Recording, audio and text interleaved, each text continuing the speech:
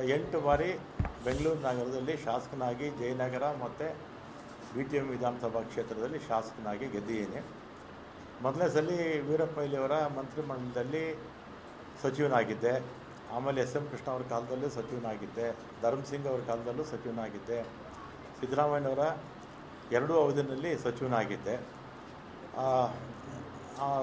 ಎಲ್ಲ ಮುಖ್ಯಮಂತ್ರಿಗಳ ಹತ್ರ ಕೂಡ ನಾನು ಯಾವತ್ತೂ ಕೂಡ ನನಗೆ ಮಂತ್ರಿ ಮಾಡಿ ಅಥವಾ ಇಂಥ ಪೋರ್ಟ್ಫೋಲಿಯೋ ಕೊಡಿ ಅಂತ ಯಾವ ಮುಖ್ಯಮಂತ್ರಿಗಳನ್ನೂ ನಾನು ಕೇಳಿರಲಿಲ್ಲ. ಆಮೇಲೆ 2023ರಲ್ಲಿ ಮುಖ್ಯಮಂತ್ರಿಗಳು ಸಿದ್ದರಾಮಯ್ಯನವರಾದರು. ಆಗ ನಾನು ಅವ್ರನ್ನ ಹೋಗಿ ನಾನೇನು ಮಿನಿಸ್ಟ್ರ್ ಮಾಡಿ ಅಂತ ನಾನೇನು ಕೇಳಿರಲಿಲ್ಲ. ಅವರೇ ಕರೆದು ನನ್ನ ಮಿನಿಸ್ಟ್ರು ಮಾಡಿದ್ರು. ಆಮೇಲೆ 20ನೇ ತಾರೀಕು ಪ್ರಮಾಣ ವಚನ ಆಯಿತು. 23ನೇ ತಾರೀಕು ಸುರೇಶ್, ನಮ್ಮ ಬೈರತಿ ಸುರೇಶ್ ಈಗ ಮಂತ್ರಿಗಳಾಗಿದ್ದಾರೆ, ಅವರು ಫೋನ್ ಮಾಡಿ ಮುಖ್ಯಮಂತ್ರಿಗಳು ಮಾತಾಡಬೇಕಂತೆ ಬನ್ನಿ ಅಂದರು. ಕನ್ನಿಂಗ್ಹ್ಯಾಮ್ ರೋಡ್ಗೆ ಹೋದೆ. ಅಲ್ಲಿ ಮೇಲ್ಗಡೆ ಯಾರೋ ಇದ್ದರು, ಸೆಲ್ಲರಲ್ಲೇ ಪಾರ್ಕಿಂಗಲ್ಲಿ ನಾನು ಸುರೇಶ್ ಮಾತಾಡಿದ್ವಿ. ಏನು ಕರೆದಿದ್ದೇನು ಅಂತ ಕೇಳಿದೆ. ಅದಕ್ಕೆ ನಿಮಗೆ ಬೆಂಗಳೂರು ಪೋರ್ಟ್ಫೋಲಿಯೋ ಕೊಡ್ತೀನಿ ಅಂತ ಹೇಳಿದರು. ಅಷ್ಟೇ ತಾನೇ ಫೋನಲ್ಲಿ ಹೇಳಿದರೆ ಸಾಕಾಗಿತ್ತು, ಇದಕ್ಕೆ ಯಾಕೆ ಕರೆದ್ರಿ ಅಂತೇಳಿ ನಾನು ಸಿದ್ದರಾಮಯ್ಯ ಅವ್ರನ್ನ ಭೇಟಿನೂ ಮಾಡಲಿಲ್ಲ. ಅವರು ಬೆಂಗಳೂರು ಪೋರ್ಟ್ಫೋಲಿಯೋ ಕೊಡ್ತೀನಿ ಅಂತ ನಾನು ಬಂದುಬಿಟ್ಟು, ನಾನೇನು ಕೇಳಿರಲಿಲ್ಲ ಪೋರ್ಟ್ಫೋಲಿಯೋ ಕೊಡಿ ಅಂತ. ನಾನು ಸಿದ್ದರಾಮಯ್ಯನವ್ರನ್ನೂ ಕೇಳಲಿಲ್ಲ, ಅವರೇ ವಾಲಂಟಿಯರ್ ಆಗಿ ಕೊಡ್ತೀನಿ ಅಂತ ಹೇಳಿದರು.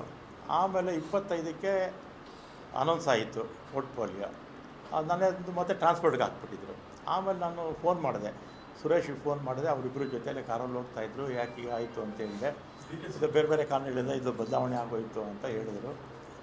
ಆಮೇಲೆ ನಾನು 25ನೇ ತಾರೀಕು ಮಾತಾಡಿದ್ಮೇಲೆ